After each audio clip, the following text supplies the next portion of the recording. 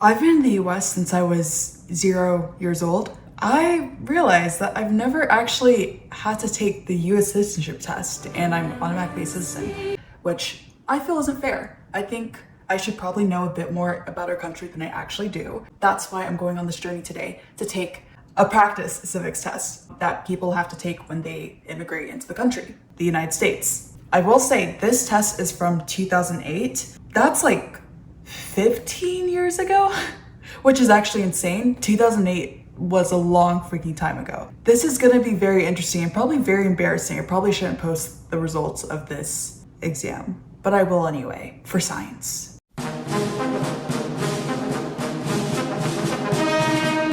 What is one right or freedom from the First Amendment? Okay, I should know this one.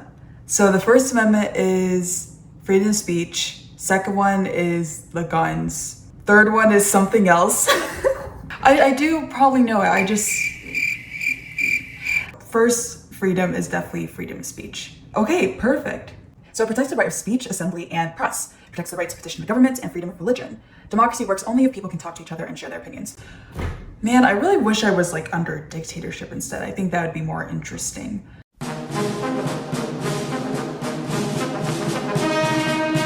Name two national US holidays. So you got April Fool's Day and Labor Day. One of my friends said something pretty serious to me on one of these April Fool's Days, and I was like, you're joking, right? They were not joking, and that was a very sad day. But anyway, I know that's not a national US holiday. Labor Day is. Okay, Citizenship Day and Columbus Day. You know, I stand with their immigrants who are trying to become citizens, but unfortunately you don't get a day. I'm sorry. I'm gonna go with the C, obviously. So national holidays honor special events and important people in American history. Some holidays honor individuals. Okay, so on Martin Luther King Day, we honor a man who worked for equality for all Americans. Columbus Day commemorates the day Christopher Columbus arrived in the Americas. I think, did they do away with Columbus Day? I don't know. But this is pretty old, 2008, so things were very different. Some holidays honor groups of people. Veterans Day and Memorial Day honor people who served in the military and who died for the country. On Labor Day, we celebrate American workers. On President's Day, we honor the work of American presidents. On Thanksgiving and Independence Day, we remember important events in US history.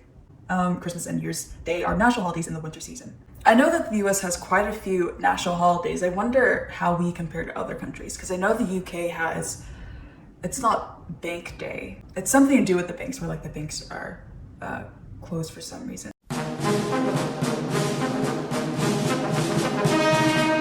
Next one, easy peasy. When do we celebrate Independence Day? July 4th. July 4th, that's easy. Come on, I don't even have to read out the questions. Okay, so we celebrate Independence Day on July 4th. Representatives from the colonies signed the Declaration of Independence on July 4th, 1776. This is the day that the United States declared independence from Great Britain. On July 4th, Americans celebrate in many ways. We have parades, picnics, and watch fireworks. One of these holidays, I really want to launch a firework myself. I think that'd be super fun.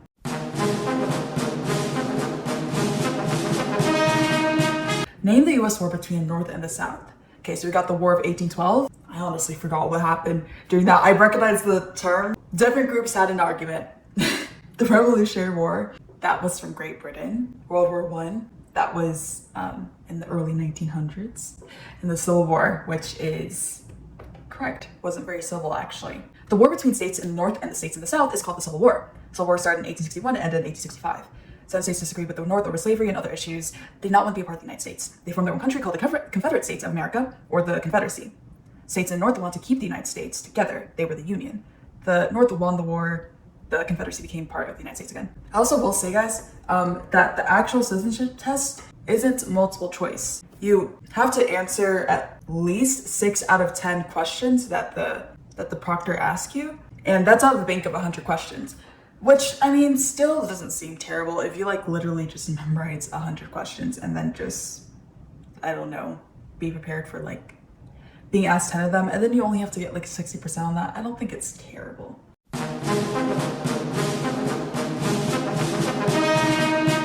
Who vetoes bills? The president. I'm gonna say the president. Okay, that's easy. So it has the power to stop a bill from becoming law. President can refuse to sign a bill that Congress approves. This is called a veto. The bill is sent back to Congress without the president's signature. Congress can change it or vote again. If 2/3 of the House of Representatives and 2/3 of the Senate votes override the veto, it becomes a law without the president's signature. Fair.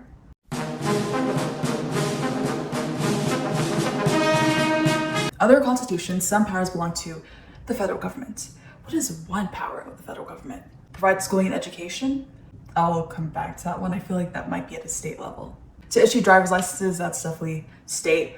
Lord curse the DPS, that place should not exist. Protection, police, I think that's more cities. And to declare war, I think that's definitely the answer. The president can ask Congress for a declaration of war. In 1941, after Japan attacked Pearl Harbor, President Franklin D. Roosevelt asked Congress to declare war. Congress voted to declare war, and the United States entered World War II.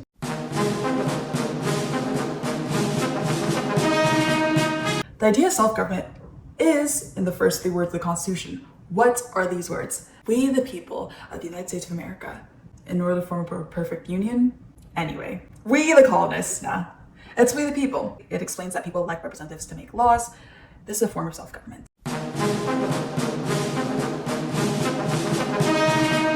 One war fought by the United States in the 1800s. Okay, World War II, this is like 1930s, 40s. Korean War, this is like 1950s, 60s. Mexican-American War, World War I, 1910s. So this is 1946, 1948. I wouldn't have known that.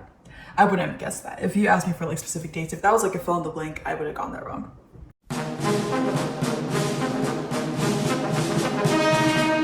Name one right only for US citizens. I think all of these, honestly. I'm kidding. Yeah, all you can have your little rights, I guess.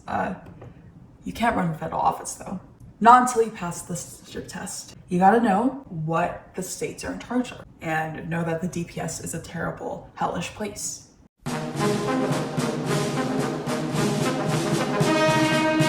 Who lived in America before the Europeans arrived? Oh, Floridians, come on. The Florida man is the original Homo sapien. What do you mean? Why is that wrong? Apparently it's American Indians.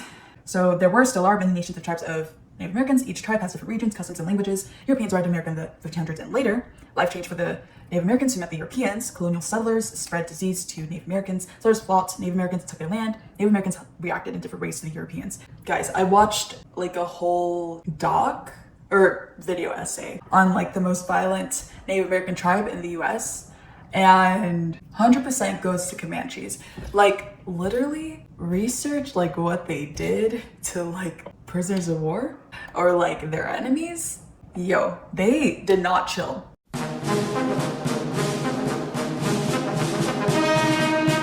I can feel me becoming a US citizen at the tip of my fingers. Tips of my fingers. I can taste the hot dogs, American flags, and rock and roll. When must all men register for selective service? Ooh, that's kind of scary though. Like if we, have like a World War III that like you have to get drafted. That's like definitely a case where I'm glad to be a woman. I don't want to get drafted. I will stay right where I am. 18 and 26? Okay. So all men must register for selective service between the ages of 18 and 26. When you register, you tell the government you can serve in the military if necessary. Can? Want? Or is that will? I'm not sure. Selective service was used in World War II, the Korean War, and the Vietnam War. The government calls this the draft. The United States does not have a draft now. You do not have to serve in the military unless you want to. Oh, that's nice. I know that in South Korea, you have to do some kind of military training. I got an 85. I got a B+, which in my book is passing the US citizenship test. I think that this is probably way easier than the actual exam is, because there's absolutely no way that you couldn't just memorize like 100 questions on this level of difficulty and not get into the United States. Unless you have like a disability, in which case sucks to suck, I guess. No, not sucks to sucks. I mean, it's very unfortunate for you. That was really freaking easy. I don't know. If you were actually trying to use this as like a gatekeep, I'm assuming that the difficulty is actually much higher for the actual thing. But yeah, that's about it. Just want to take this with you, reinvent the ordinary, and I will see you later. Sorry for the lack of uploads.